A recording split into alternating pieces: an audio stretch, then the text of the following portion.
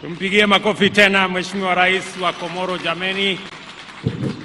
Thank you very much, Mr. President, for honoring us with your presence and the statement you have made on behalf of the Africa Union and the great people of Komoro. Watu wa Embu, wacha nichukue nafasi hii kwanza kabisa kuwashukuru watu wa Embu. Nilikuja hapa na ndugu zangu wengi, tukaomba kura zenu, mukawa ni watu wangwana, mukatupatia kura zenu, mukatuongezea maombi na Mungu akatupatia ushindi.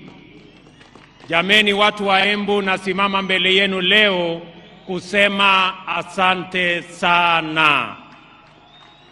Narudia tena watu wa Embu kusema asante sana.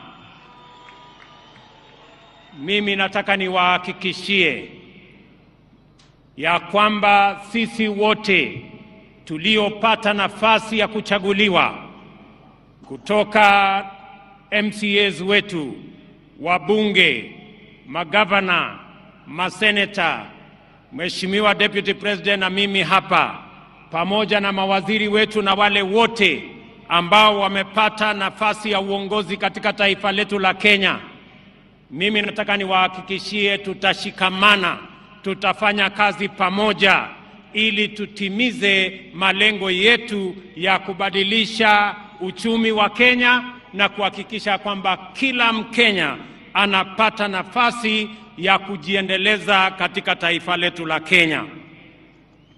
Na wauliza viongozi wote, sote tuliopata nafasi kutokana na kura za wananchi hawa, tushikamane, tushirikiane, tufanye kazi pamoja ili tuweze kubadilisha Embu wakati tunabadilisha Kenya. Asanteni tena watu wa Embu kwa msaada wenu, kwa kura zenu na kwa maombi yenu. I want to say thank you very much to the great people of Embu County, as I thank all Kenyans who stepped forward to vote in the last election so that we, as the people of Kenya, can maintain our democratic credentials as a nation that is democratic, as a nation that is built on the firm foundation of multi-party democracy. And now it is our opportunity, all of us as leaders in government and in the opposition, to work together towards making our nation great. On this day, 60 years ago, Kenya formally gained its right of internal government. Madaraka, the mandate of majority African self-determination, was a major step forward. The emergence of this nation as a republic later that year. That first Madaraka Day then was the golden dawn of our country's sovereignty, freedom from colonial oppression, autonomy from racist repression, and liberty from foreign suppression. In fighting for our sovereignty, our noble freedom fighters had primarily waged a political struggle to liberate a people divided, humiliated and impoverished under a predatory system whose institutions were vicious and extractive. So, although the freedom struggle was political and the first Madaraka Day represented political autonomy, every Kenyan African understood it to mean and to be the beginning of the hard and noble work of securing and enhancing social and economic freedom as well. For 6 decades now, the people of Kenya have worked hard with admirable diligence and unwavering determination to perfect the political freedom of their nation through sustained socio-economic progress. In this manner, Kenyans have reiterated their commitment to true freedom by complementing political freedom with freedom from want, freedom from suffering, freedom from ignorance, and freedom from indignity. Our forefathers' historic struggle to vindicate our God-given rights of self-determination entailed tremendous sacrifice and immense determination against a colossal adversary. Ultimately, they triumphed. Similarly, our war against underdevelopment, poverty, unemployment, indignity, and vulnerability has been daunting. Yet, we have made steady progress year after year over 60 years of freedom. At the heart of our struggle for freedom, both before and after independence, is the distinctively Kenyan spirit of determination that is nevertheless flexible, consistency which is innovative, pragmatism that is also hopeful, and faith strong enough to take chances. The sacrifices required were inspired by a spirit that is truly unique, which transcends ordinary decision-making. We recognize that spirit even now. It lives in the heart of every Kenyan who wakes up early to give their best, try their luck, knock on doors, and chase their dreams. We see it every day when we see traders, artisans, farmers, and other workers braving the scorching sun and enduring cold rain in pursuit of livelihood.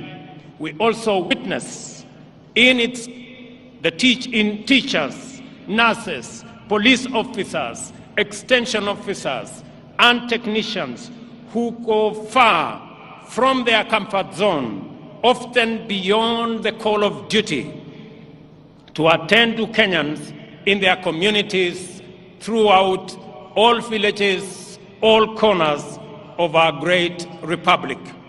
This noble ethic of willingness to struggle by working hard and embracing risk, and of determination to achieve positive change in great leaps as well as in little installments, has brought us far and will take us beyond the horizon of our destiny.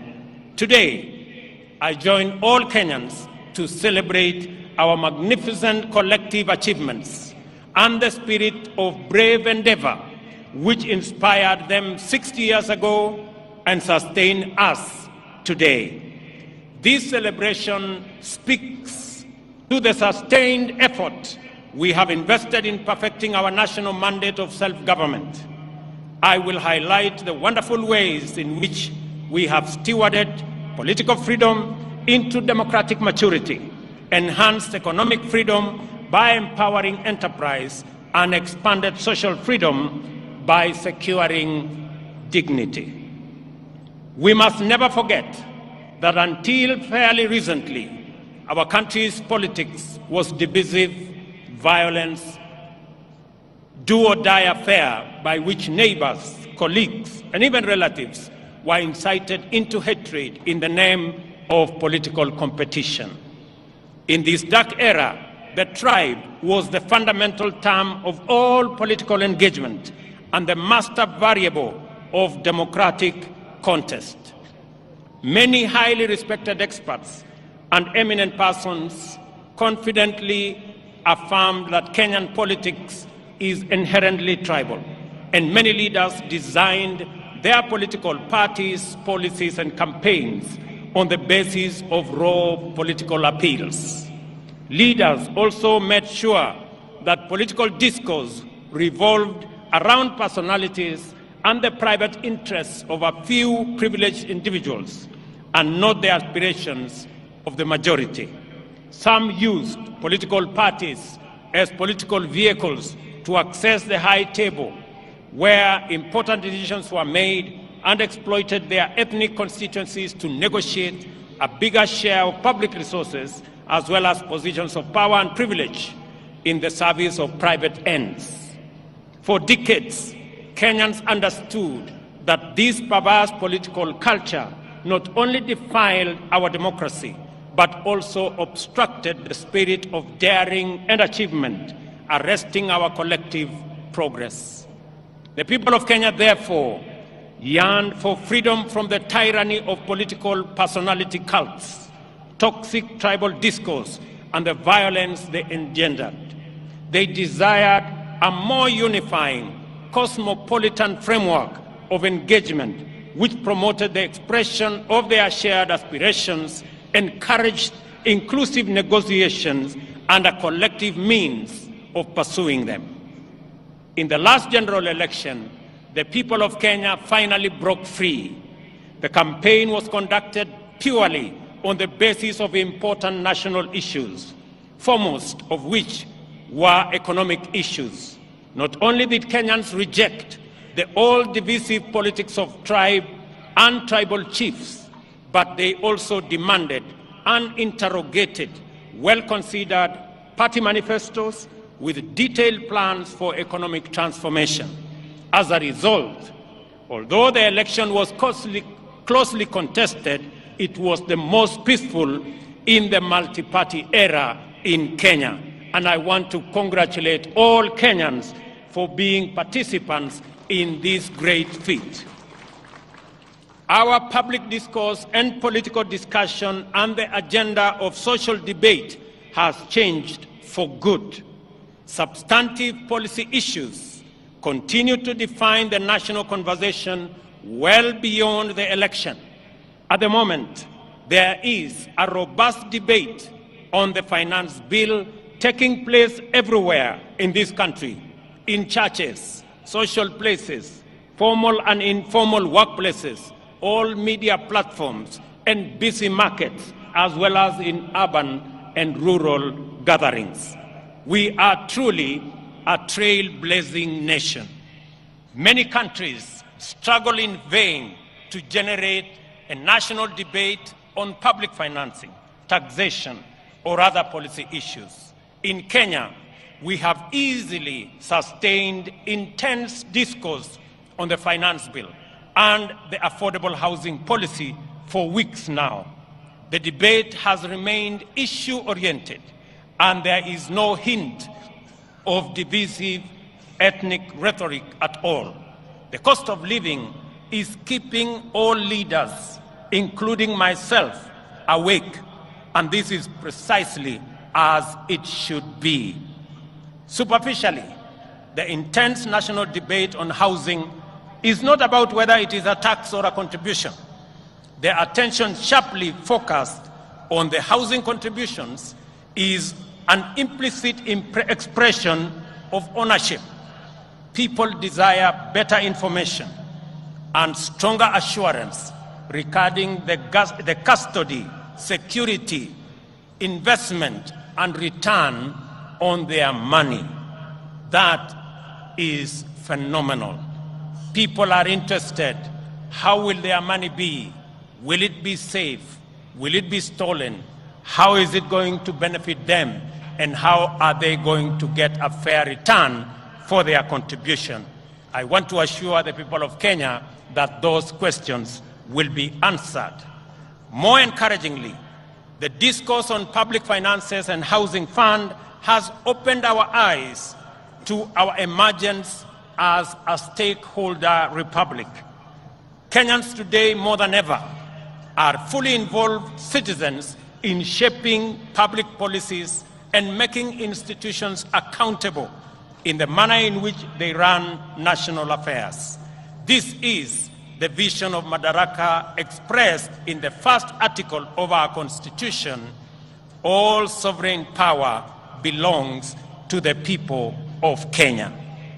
We have crossed a fundamental decision, a decisive threshold in the history of our political freedom and democratic maturity.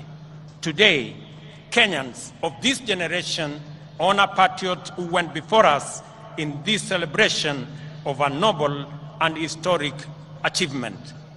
Kenya also set a new high in election management by deploying a secure, freely accessible public portal which accurately and faithfully relayed vote tallies in the last election, enabling Kenyans, and indeed anyone else, to compare and verify tallies and ascertain results. This enabled the IEBC to credibly declare and certify the winners of elections and to establish before court, in response to petition by the certified candidates, that the elections met the constitutional threshold as simple, accurate, verifiable, secure, accountable, and transparent. In fact, the openness and credibility of the 2022 election are affirmed by the fewer petitions filed, 124 petitions compared to 303 petitions in 2017. The economy was the most important issue on which the last election was canvassed. The people of Kenya, in their multitudes, made their voices heard, their ideas clear, and their desires known. From Busia to Banisa, Lokichogio to Lamu, Magadi to Moyale, Mandera to Migori, and everywhere in between, the people said they wanted to transform our economic system, democratize opportunity, enhance inclusion, and reduce exploitation. Instead of the traditional campaigning of confrontation, incitement, and division, the last campaign became a sustained national debate on the most pertinent economic issues: the millions of our unemployed youth, access to affordable credit, inclusive financing, promoting the robust expression of the legendary Kenyan hustling spirit through MSMEs, and the facilitation of individual enterprise by enhancing market power through collective interventions like the Chama and SACCO. This is how Kenyan entrepreneurs desired to secure access to credit, do savings, access the market, social security, and health insurance. By paying attention to their aspirations, we established that Kenyan entrepreneurs desire to pursue success through enterprise, which makes positive measures to ensure that no one is left behind or no one is exploited. It is an enterprise culture which encourages the pursuit of individual aspirations through collective systems, which empower every person to succeed within the context of a thriving community. In the course of consultations with Kenyans at the grassroots throughout the country, we identified a number of barriers to effective realization of their economic well-being. The first was the bureaucracy in regulation and compliance, including tax administration. Second, the extreme informality of most enterprises, which effectively relegated them to the margins of empowerment, facilitation, or even recognition as lawful undertakings. Third was the misconception around expanding the national tax base. Is it about people paying more or more people paying? The answer lies in empowering more Kenyans to enter the taxable income category through intentional effort to create millions of new jobs and millions of new taxpayers in due course. Fourth, a huge number of Kenyans, about 10 million, had either been blacklisted by the credit reference bureaus over inability to pay loans advanced by financial technology platforms, or were struggling to pay. Other lenders required hefty securities and valuable assets as collateral, yet these struggling entrepreneurs required financing to acquire such assets. It was clear, therefore, that the prevailing financing and credit facilities were not supportive to the profitable existence of micro, small, and medium enterprises. Self-employment accounts for 51% of all jobs in our economy. 83%, or 15.3 million jobs, are in the informal sector, and only 3.6 million jobs are in the formal sector, representing a paltry 17%. Considering this employment landscape, it was imperative that we attend to the interests of these undeserved and underserved majority of workers urgently, resolutely, and effectively. This engagement with business community inspired the creation of the Financial Inclusion Fund, or the Hustler Fund, to eliminate the financial cost, delay, and bureaucracy entailed in complying. The facility employs the latest fintech powered by Kenyan telecommunications corporations. The Hustler Fund also re-engineered the idea of collateral by deploying the borrower's credit score as effective security. Without a doubt, the Hustler Fund has been more than transformational. In fact, it is revolutionary. On its way to becoming effectively the biggest financial institution by the number of borrowers and active loans, the Hustler Fund also turned around the country's fintech, transforming it from a predatory ecosystem to a more responsive one. As a result, Kenya's digital economy has received a tremendous shot in arm, as demonstrated by reports that Safaricom alone has enrolled at least 2 million new subscribers into their financial ecosystem, courtesy of the Hustler Fund. Today, as we celebrate progress in achieving economic freedom, we also celebrate our digital economy. Powered by our famous fintech community, Kenya's legendary spirit of enterprise has entered the digital space. Kenyans responded to this promise of economic freedom in unequivocal terms. The total number of digital transactions now at the Hustler Fund stands at 42.5 million, through which 20.2 million Kenyans have accessed nearly Kenya shillings 30 billion and repaid close to 20 billion, with 7 million Kenyans being constant and repeat customers. Not a single shilling has been stolen through corruption, and borrowers do not need to know anyone, bribe any official, or go through any complex bureaucratic procedures to access the Hustler Fund. They only need a device, a little airtime, and a few minutes, and they are all able to get money wherever they are. The second product of the Hustler Fund will usher our unique collective-driven competitive market enterprise to the online domain.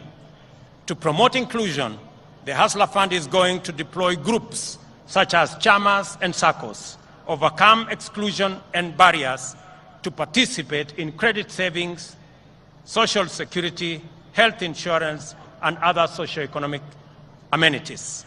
This is how we will use policy and technology innovation to mainstream our way of life. We are committed to leveraging fintech in ensuring that no one is left behind in the financial and entrepreneurial inclusivity revolution. I am delighted to announce that today, during this celebration, I shall be launching the second product of the Hustler Fund, which is aimed at facilitating people access funding through groups. I am sure that this will be very good news to my good friend Shiko in Madaraka market, who, like many informal business entrepreneurs, were ready for this innovation even before we launched the first Hustler Fund product. I am glad that this launch of the group loan product is taking place against the backdrop of the phenomenal success of the Hustler Fund personal loan product. I expect that this product will encounter even greater appetite from the market. As I have already mentioned, your credit score will determine the amount you can access and the amount you will continue to receive. Thus, we have equalized the formal and informal systems, enabling both to enhance their complementary contribution to jobs and wealth creation from an equal footing. As we celebrate this increase in our economic freedom, today we also celebrate the democratization of the Kenyan economy. This is why more Kenyans are taking part in the robust conversation about our economy. The conversation is inclusive, focusing on the proposals to raise revenues, to discourage imported goods that can be manufactured locally so as to grow local manufacturing and enhance export competitiveness. In this debate, Kenyans are interested in how government will create the 1 million jobs it has committed to provide through the affordable housing program. I know many people have questions about how and why are we having a conversation about housing in the Republic of Kenya. And progressively we are answering the how, we are answering the why, and we will answer every other question. Because right here in Embu, and as we do in every part of Kenya, we have our own citizens, millions of young people who do not have a job. We have 5 million Kenyans across Kenya, young people out of school, out of college, out of universities who do not have a job. It is our collective responsibility to think about the 5 million young people in Kenya who today walk our streets, walk our villages, in our townships, in our markets, and yet they do not have an opportunity to deploy their energy, their knowledge, their education in making a difference in their lives and making a difference in our nation. And I want to encourage all of us as the people of Kenya, as we look into this opportunity. I know many people are asking, how is it my business? How is it my responsibility? I have had many ask me, Mr. President, how is it my responsibility to think about those who do not have jobs? How is it my responsibility to think about the people who live in slums? 7 million Kenyans who live in slums, in indignity, without toilet, without running water, without roads. How is it my business? Let me ask the people of Kenya, if our freedom fighters, the people who made the ultimate sacrifice and lost their lives in liberating our nation, if they had asked the question that how is it their business, today we would continue to have been slaves of our masters if they asked themselves that question. It is our opportunity, as they did, to liberate our country. They went beyond the call of duty. They did not ask how is it their business to make the ultimate sacrifice to liberate our country. I want to ask every citizen, it is our responsibility collectively to think, to plan, and to ensure that the 5 million young people in our country who today do not have jobs, have jobs. It is our responsibility to ensure the people, 7 million of them, who live in our slums, including Shauri Yako here in Embu. I was here last week and I was informed about Shauri Yako. The people who live in Shauri Yako deserve a decent house, and it is our responsibility as we implement the housing plan, not just to create jobs, at least 1 million jobs every year.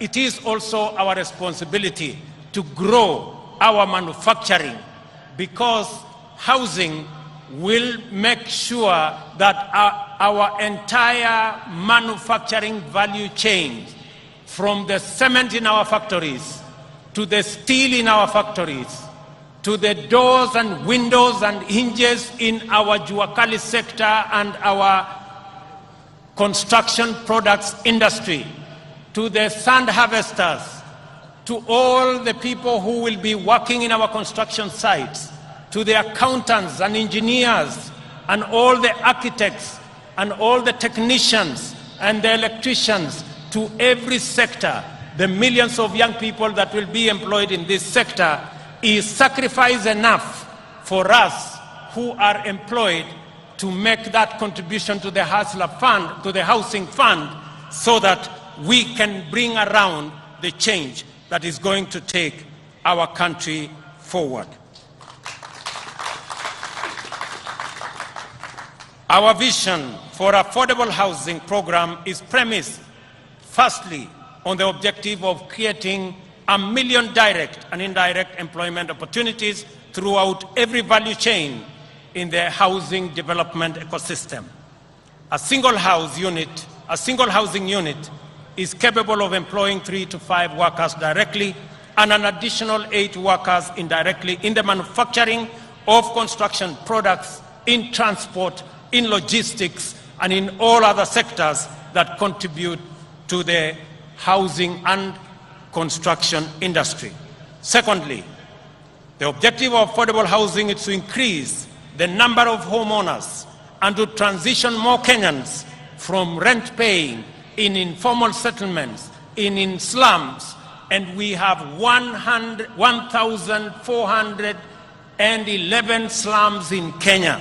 We should transition those people, my countrymen and women, into homeowners. They should live in dignity like the rest of us, because we owe them a duty of citizenship and a duty of comradeship as we live in one country.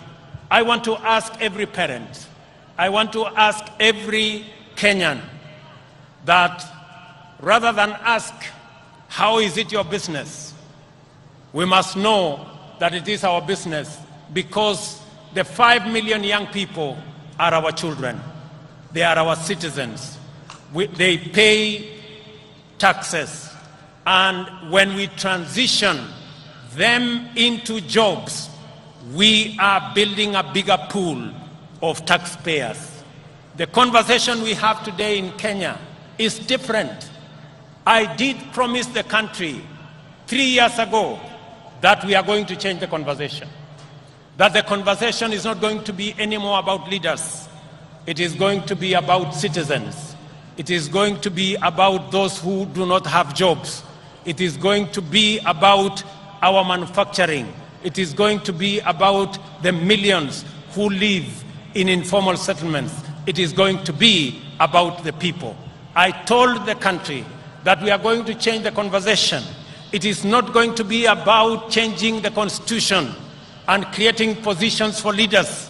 It is going to be about changing the economy and creating opportunities for millions of young people, including the many who are today in our streets and villages, the millions of young people who are looking up to us to provide them with opportunities to work. It's going to be about the ordinary people who work in the manufacturing sector, the people who also wants to contribute, to be taxpayers, but because they have no jobs, they cannot pay tax. I promise the country that it is not going to be about sharing power. It is going to be not about sharing power by the elite and by leaders. It is going to be about empowerment of every citizen, empowering our farmers to produce more so that we can get ourselves into food security, empowering our young people with jobs so that they too can contribute meaningfully to our economy and meaningfully to our taxpayers. It calls for us the empowerment of every citizen and every business person so that we can contribute to the economy of our country. I want to promise you, ladies and gentlemen, that that effort is on course, and together we are going to move in that direction. To enhance our national productivity, we are prioritizing the consolidation, processing, and value addition of our agricultural products. You just heard my dear sister, Governor of Embu, say, right here in Mashanga, we are going to build an aggregation and industrial park so that the people of Embu, and as we do it in Embu, we are doing it in every county in the Republic of Kenya. Last week, we advertised the first 14 agricultural aggregation and industrial park that will be built in every county so that we can consolidate our agricultural produce. We can provide for value addition. We can provide for agro-processing. We can enhance our manufacturing, create jobs, create value, and enhance the earnings of every farmer as we get rid of brokers, as we get rid of cartels, and ensure that we protect the hard-earned and the sweat of farmers in the Republic of Kenya. Additionally, the government of Kenya will step up the establishment of 5 additional export processing zones in the coming year in Sagana, in Thika, in Joro, in Eldoret, and in Busia to complement the one in Athi River, the one in Dongokundu, and the one in Naivasha, because we believe that additional processing capacity, focusing on our exports that have come down in the last 10 years from 28% of our GDP to just around 10% of our GDP, that we need new impetus, we need new thinking, we need new infrastructure to be able to drive our exports. And that is why we are expanding our processing capacity in our export processing zones, in our special economic zones, and at the same time, we remain firmly committed to the Continental Free Trade Area and the effective implementation of the Africa Continental Free Trade Area. Just this week, we concluded a working retreat for trade ministers of the Continental Free Trade Area with the private sector. I am glad to welcome to this gathering the delegation that has been holding Africa private sector discussions in Nairobi, led by my brother, the President of Comoros, His Excellency Azali Assoumani, and one of the most foremost champions of the Africa Continental Free Trade Area. It is also gratifying to note that the champion, the former president of Niger, is right in our midst. It's also gratifying to note that 11 trade ministers are here today from different countries in our continent. I wish to recognize the following delegations led by the ACFTA Secretariat. Delegation from Comoro, are they here? Wasimame? The delegation from Comoro, thank you very much. The delegation from Niger, thank you very much. Delegation from Central Africa Republic, the delegation from Chad, thank you very much, they are there. The delegation from Namibia, the delegation from Djibouti, the delegation from Cote d'Ivoire, the delegation from Nigeria, the delegation from Botswana, the delegation from Ghana, and the delegation from Burkina Faso. A significant portion of household budgets, as we all know, goes to food, a major component of the cost of living. Understandably, there has been animated engagement on this subject. After a prolonged drought, which pushed the entire Horn of Africa region to the brink of famine, widespread shortages of staple foods have driven food prices beyond the ability of many households to afford them. Enhancing food production is an intervention with multiple fundamental implications. It promotes access to affordable and adequate food and nutrition for the majority. It also increases food supply, lowers prices, and thus reduces the cost of living. Moreover, subsidizing food production increases jobs and productivity in the country's biggest employer, the agricultural sector. In keeping with our commitment in this critical sector, we have registered 5 million farmers nationwide. These farmers immediately became eligible to receive subsidized fertilizer, and those who stepped forward received their full fertilizer requirement, unlike in past seasons when the allocations were rationed. As a result of these measures, Kenyan farmers have been able to plant an extra 200,000 acres this year by using an additional 2 million kilos of seed beyond what was planted last year. As international petroleum prices continue to rise beyond reach, the cost of fuel locally rises steeply. Transport, as a component of household budget, is affecting the cost of living. We have to liberate Kenyans from the reliance on transport that depends on petroleum. For this reason, we are rolling out an electric vehicle public transport system which will bring down the cost of transport significantly. Our border industry is about to experience inclusive transformation through the introduction of more efficient, affordable, and clean vehicles.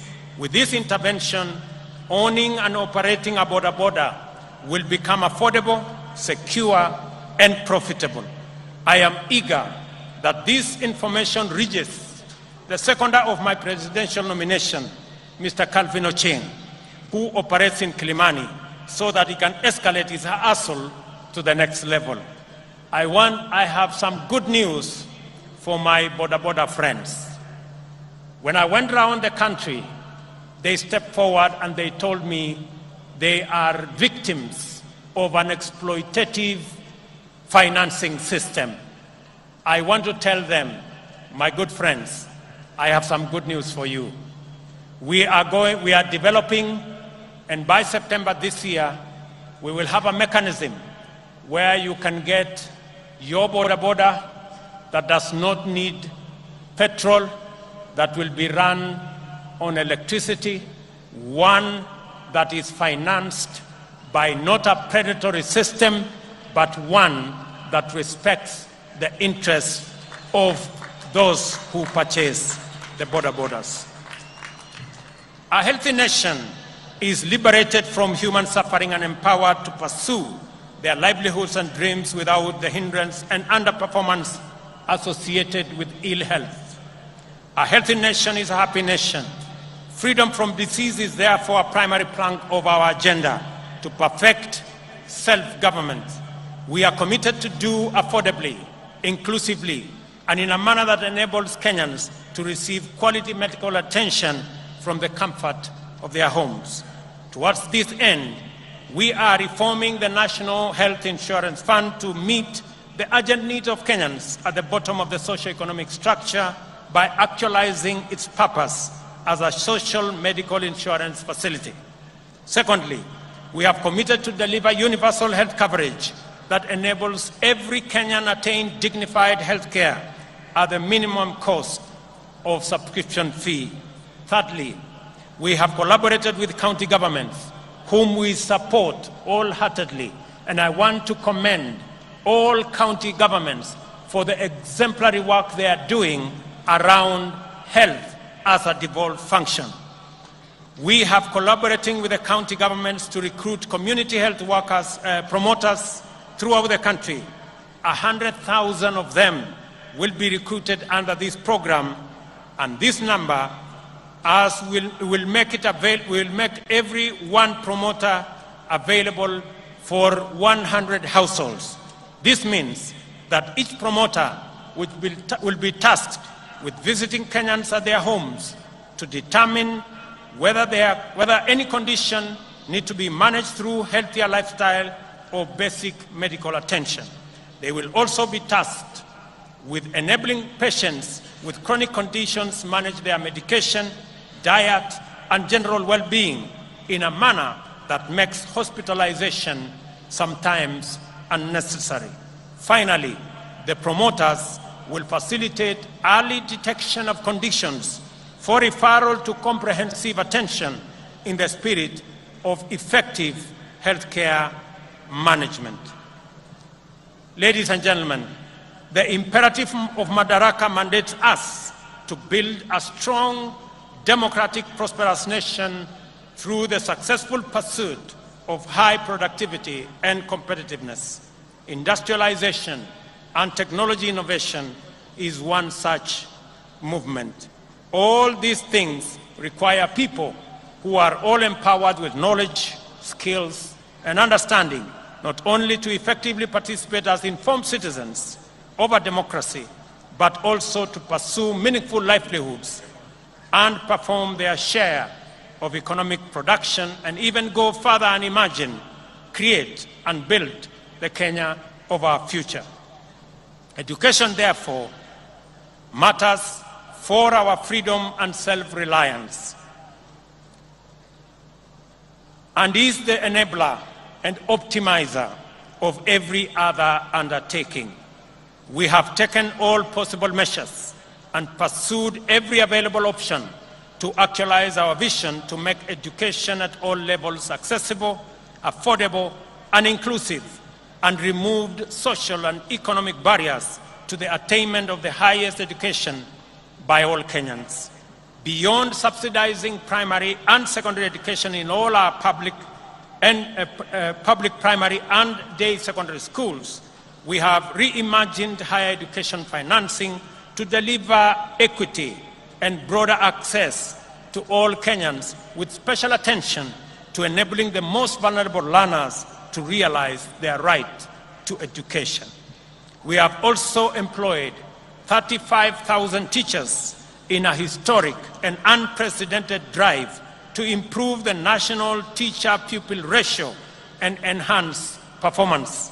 Additionally, we are designing the competence-based education curriculum to make it responsive to our education needs at the point of our social, cultural, and economic development.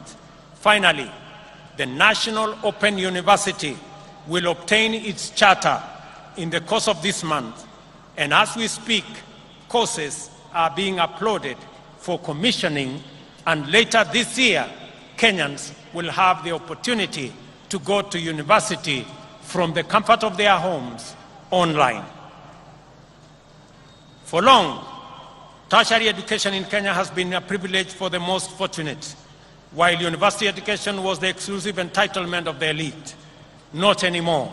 A month ago, I unveiled a new funding model for higher education that will make the universities and technical training fully inclusive, financially robust, and capable of competing with their peers globally, while contributing to our national socio-economic transformation through innovation, research, and development. The model is aimed at financially supporting increasing numbers of students enrolling in these institutions and ensuring that those from households at the bottom of the socio-economic structure enjoy equal education opportunities. The eternal conundrum of Kenya's integrity agenda revolves around the question of who will watch over the trustees of public interest and who will watch over the watchman. These questions do not arise because we have low trust. Rather, they exist because we have high expectations. Given that these expectations are legitimate, in a technologically driven new millennium, we are increasingly resorting to technology as the answer to our transactional efficiency challenges. From the election results portal for our democracy to the Hustler Fund for MSMEs and the means testing instrument for higher education, as well as registration of farmers and distribution of fertilizer, digital technology is enabling the government to deliver services efficiently and to give citizens confidence that the system is fair and incorruptible.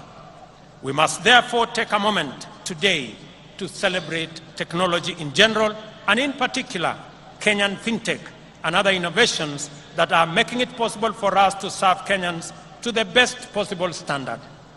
I remind all Kenyans who work in technology and everyone who uses technology that our forefathers fought with basic technology against a technologically superior superpower and won our freedom. We have a duty to deploy the best innovations and technologies to make Kenya efficient, competitive, and prosperous. I am persuaded that technology holds the key to improving efficiency, enabling inclusion, promoting transparency and integrity, deepening trust, and strengthening public confidence in government service provision. This is the reason why we are digitizing government information and taking public services online.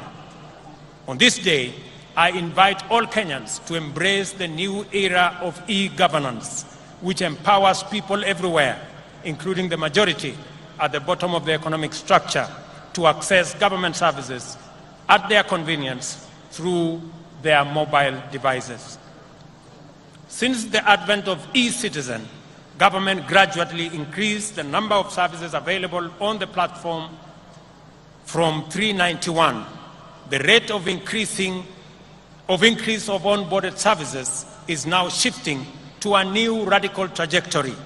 Today, 3,770 services have been onboarded and fully operational. Another 3,000 are on course to being completed. We expect 5,000 services to be online by the end of this month. Our ambition is to offer every government service on e-citizen platform by the end of this year. Finally, as we contemplate all the achievements we are celebrating today, let us reflect on the noble motivations and visions which inspired our heroic freedom fighters to make such immense sacrifices for the sake of freedom, not just for themselves, but also for the rest of their people who were not willing or able to join the struggle. Why did these heroes embrace such profound risk and danger in pursuit of a benefit that everyone else would enjoy? The answer must not only define our attitudes to public service, but it must also shape our understanding of the reasons and values that underlie collective undertakings and social policies. For our freedom fighters, a country in which anyone was unfree and oppressed was not worth living in. We have a duty to translate these truths into our political, social, and economic affairs. Our collectivist spirit that anchors competitive individual enterprise encapsulates this magnificent ethos. We owe each other certain duties as members of a community that we call a nation. Whenever we can do anything to make another person's life better, at no or little cost to ourselves, we have a solemn obligation to proceed and do it.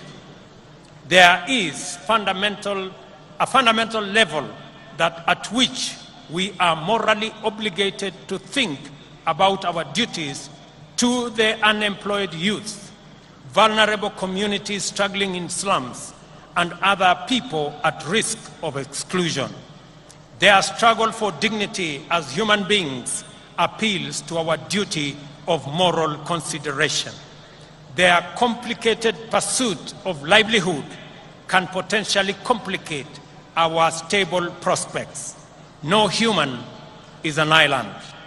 In community lies power, and to unlock that power, we must attend to our values and perform our obligations. That is why freedom fighters consider the inherent morality of their cause to be sufficient reward. For example, those of us who are earning Kenya shillings 200,000 monthly will pay only 2,500 to build a fund that will help create millions of jobs for millions of our young people and bring a meal on the tables of many hustlers. This is a worthwhile contribution to make for the greater good of our nation, as indeed the freedom fighters who came before us did. As we continue to make progress in our pursuit of the transformation of our economy from the bottom going up, we must remain vigilant that no one is left behind and no resources are lost to waste and corruption. Public servants must ensure that public resources must be utilized solely and exclusively for purposes that serve the interests of all our people. I have made a personal commitment to use all instruments and authority at my disposal to curb waste and eliminate theft.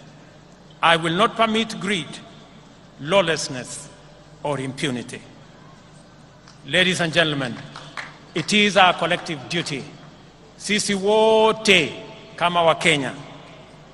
Mimi nimekuja hapa Embu katika sherehe hii ya muhimu ya Madaraka ili tukubaliane kama wananchi vile wale waliotutangulia bila ya kujali watapata nini walipigania uhuru wetu, damu yao ikamwagika, wengine wakauawa, lakini hawakurudi nyuma, kwa sababu kama wangerudi nyuma leo tungekuwa watumwa wa wale walikuwa wametutawala. Na ndio tunajiuliza kama taifa, kama Wakenya, it is the moment for us to ask, what can I do for my nation? Not, what can my nation do for me? Both questions must be answered in the affirmative. Sote kama wananchi wa taifa la Kenya tumesema ya kwamba jambo la muhimu ambalo lilikuwa katika uchaguzi uliopita ilikuwa ni maneno ya uchumi wa taifa letu la Kenya. Ilikuwa ni maneno ya wananchi mamilioni vijana wetu ambao hawana ajira. Ilikuwa ni kati ya wale watu wengi hawana uwezo ya kupata mkopo kwa sababu hawana title deed, hawana logbook. Leo ni jukumu letu kuhakikisha hata na wao wako na uwezo, wako na njia ya kupata mkopo wajiendeleze maisha yao. Leo katika Embu hapa, wale walio katika vyama, wale walio katika sako, leo tunaanzisha Hustler Fund Stage 2 ambayo itatoa pesa kati ya shilingi 20,000 na shilingi 1,000,000 kwa vikundi ambazo zitajisajili ili tuweze kufikisha mambo ya kupata mkopo kwa wananchi wengi. Vile vile katika mpango wetu wa ujenzi wa manyumba, nilikuwa hapa Embu wiki iliyopita, tumeanzisha ujenzi awamu ya kwanza, nyumba 100 kati 400 ambazo ni awamu ya kwanza. Nimesema nitarudi hapa Embu kama vile nitaenda sehemu zote za taifa letu la Kenya ili tuweze kujenga nyumba 200,000 kila mwaka katika taifa letu la Kenya. Hizo nyumba 200,000 zitatupatia ajira ya vijana 1,000,000, zitatuwezesha kampuni zetu za simiti, kampuni zetu za chuma, wale wanaotengeneza viti, wale wanaotengeneza milango, wale wanaotengeneza madirisha, wale mafundi, technicians, masons, carpenters, electricians, engineers, architects, quantity surveyors, wale wanaofanya kazi katika transport sector, madereva wetu, makanga wetu, wote watajumuika na tutakuwa na nafasi ya kupanga na kutengeneza ajira katika taifa letu la Kenya. Tuwaondoe vijana wetu ambao wako mitaani, wako masokoni, wako katika vijiji, wamemaliza shule, wamekamilisha college, wamemaliza university, lakini hawana ajira. Ni jukumu letu kama taifa kupanga ili vijana milioni 5 wasiokuwa na ajira katika taifa letu la Kenya, na wanaongezeka 1,800 kila mwaka, tuwapangie ajira, wajisimamie na watusaidie kuendesha taifa letu, na pia wao wachangie katika kulipa ushuru, tuweze kujiondoa kama taifa kwa madeni na tujisimamie kama taifa letu la Kenya. Na wauliza Wakenya wote, jameni, bila ya kuulizwa maswali ya kwamba mbona ni jukumu langu vipi, tujue ya kwamba wale watoto ambao wanahangaika madukani, barabarani, vijijini, hawa vijana ni watoto wetu, hawa vijana na Wakenya wenzetu. Tujiulize vile vile wale Wakenya wanaishi katika vitongoji duni, zaidi ya Wakenya milioni 7. Jameni, tuwaokoe pia, hata na wao wanafaa kuwa na makao ya kutosha, makao ambayo inawapatia heshima, na ni jukumu letu sisi zote kama taifa moja, taifa la Kenya. Mimi nawashukuru sana. Mimi nimefurahi kwamba leo katika Kenya mjadala sio ya kabila hii na kabila ile. Mjadala ni moja, ni vipi tutahakikisha ya kwamba watoto wetu wanapata ajira. Mjadala ni vipi kampuni zetu za manufacturing zitaendelea mbele. Ni vipi tutakuwa na mpango wa kila Mkenya kupata mkopo. Ni vipi tutasaidia wakulima wetu watuzalishie chakula, tuondoe aibu ya njaa. That is the conversation of our lifetime, and that is a positive conversation in the Republic of Kenya. Mimi nawashukuru sana kwa kutukaribisha hapa Embu. Nimefurahi sana watu wa Embu. Nimesikia yale kiongozi wenu, wabunge wenu wameniambia kuhusu barabara zenu. Barabara ya kutoka kule Mashanga mpaka PI nimesikia. Barabara ya Kiritiri, Kanywambora nimesikia. Barabara ya hapa chini Ena mpaka Kavue nimesikia. Na haya mambo yote tutajipanga, na sote tukiwa na mpango huu, tukipanga vizuri vile tutakuwa na pesa ya ushuru ya kupeleka taifa letu la Kenya mbele, tutajiondoa kwa madeni na tutakamilisha miradi yetu yote. Nimewasikiza vile vile kuhusu mambo yenu ya maji. Najua na mnaelewa ya kwamba tuko na mpango ya mambo ya maji. Hapa Embu tuko na dam ambayo tutajenga pale Kamumu. Tuko na dam ya Dhambana, tuko na dam ya Dhoshi, na tuko na dam zingine ndogo ndogo ambazo tutakubaliana na viongozi wenu, wabunge wenu pamoja na county government yenu. Iko katika mipango yetu. Haya mipango yote ni kwa manufaa yenu, na ni jukumu letu sote tuungane kama watu wa Embu, kama watu wa Kenya, ndio tuweze kutekeleza haya mambo mazuri yote ambayo yatatupeleka mbele kama taifa letu la Kenya. Najua vile vile mjumbe wa kutoka kule mbele aliniambia kuhusu barabara ya Kikunyari, Karii, Ishara. Pia hiyo barabara tutaishughulikia, na zile zingine zote ambazo hazijatajwa hapa. Mimi nataka niwaambie ya kwamba tuko pamoja, tutashirikiana pamoja. Watu wa Embu tumekubaliana? Embu tumekubaliana? Mimi nataka nisikie sauti yenu. Tumekubaliana watu wa Embu? Hebu nisikie sauti yenu tena watu wa Embu kama tumekubaliana. Asanteni sana. It is now my honor and pleasure to introduce and officially launch the second product of Hustler Fund, the Hustler Group Loan. Tutaangalia pale kwa mtandao kidogo. Sasa vikundi kote nchini vinaweza kujiwezesha kwa kuweka akiba na kupata mikopo ya bei nafuu kupitia simu wakijiunga na Hustler Fund. Kupitia Kupitia mradi huu wa serikali, vikundi vya watu 10 na zaidi vinaweza kupata mikopo kwa urahisi kwa ajili ya kutimiza mahitaji yao na ya kibiashara. Kikundi kitapokea mkopo wa Hustler Fund moja kwa moja kwenye simu ya aina yoyote popote alipo bila kujaza fomu au kutozwa dhamana. Maelezo ya credit score yatatumwa kwa wanachama wote. Vikundi vinaweza pata kiwango chochote cha pesa hadi milioni 1 kwa riba ya 7% kwa mwaka. Kila mwanachama atachangia kwa credit score. Kwa hivyo, mlipaji mwema ni wa dhamana kubwa kwenye kikundi.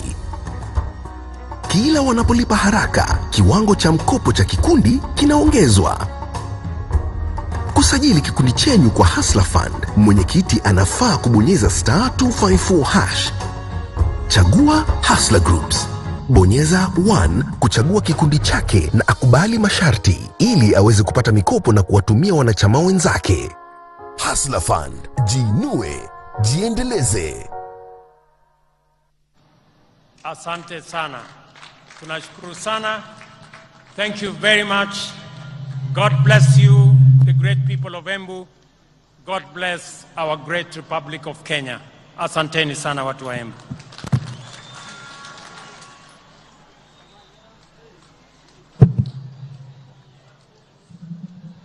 Basi nitaomba tutulie kwa heshima. Naomba sote tutulie tafadhali kabla ya wimbo wa taifa. Niweze kuwajuza kwamba atakapokuwa anaondoka Mheshimiwa Rais baada ya wimbo wa taifa, nitaweza kumleta mwenzangu Mike Gitonga aweze kutupa itifaki ya kuondoka mahali hapa. Waheshimiwa wabunge na hali kadhalika principal secretaries, tafadhali we have a pooled transport. Msiweze kuleta magari yenu hapa. Basi niombe kwa heshima sote tuweze kusimama kwa wimbo wa taifa.